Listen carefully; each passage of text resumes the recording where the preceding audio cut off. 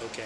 Ladies and gentlemen, I'm here at the Osceola Heritage Park, the exhibition hall. This is a Military Appreciation Day or weekend.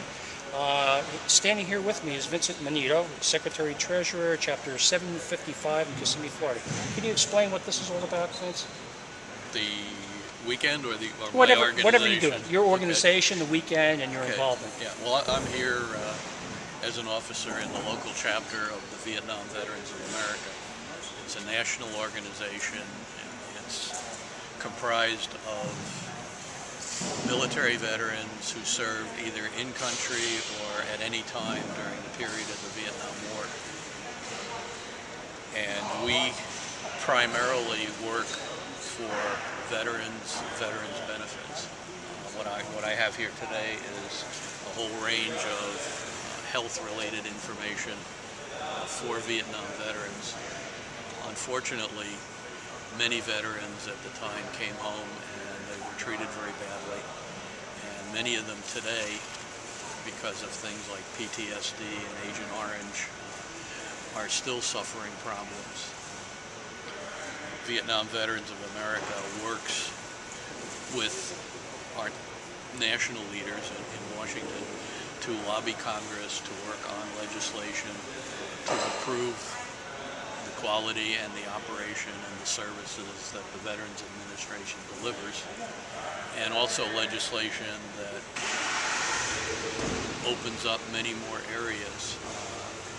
Doctors are finding on a regular basis now people are suffering from diabetes, from prostate cancer, even Parkinson's disease, and it's related to their military experience 40, 45 years ago.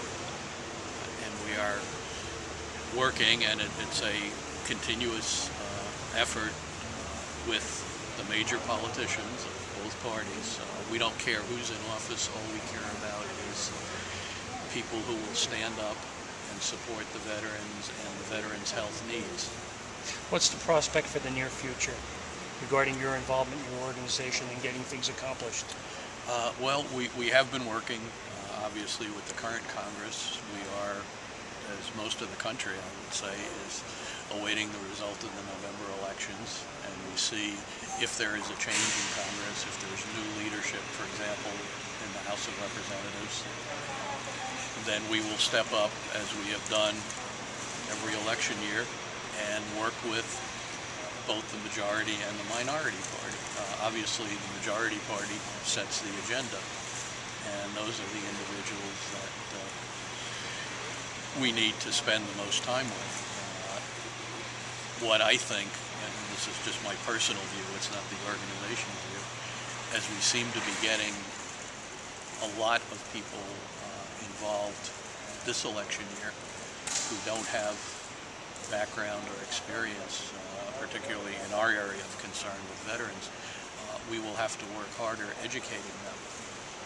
If somebody wants to make a contribution or get involved, what can they do? Do you have a phone number, a contact number? There is a national office within the state of Florida. We have a Vietnam Veterans Assistance Foundation, and this is a statewide group, and they collect donations and they use them to support veterans, again, Vietnam era veterans. They also contribute to things like the Fisher House, which is located with some VA hospitals, where family members can come and stay for free while their family veteran is receiving treatment. So this foundation supports all kinds of veteran needs across the state of Florida. Okay. Listen, I want to thank you.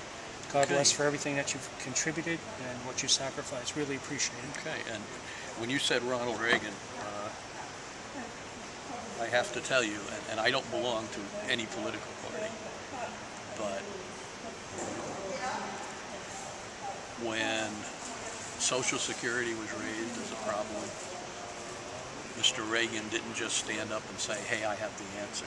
He formed a bipartisan commission. They worked, they came back with a report.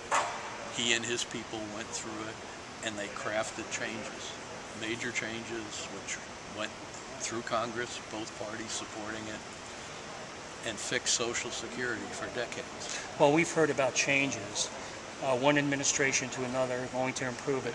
Well, unfortunately, we don't have another Ronald Reagan that is willing to work hard for positive things, making contributions, making things right. And working together. Yeah, there you go. The classic story, was Tip O'Neill. Would get the phone call saying, "Hey Tip, come on over. We'll have a beer. We'll watch a football game." You don't see that kind of relationship now, unfortunately.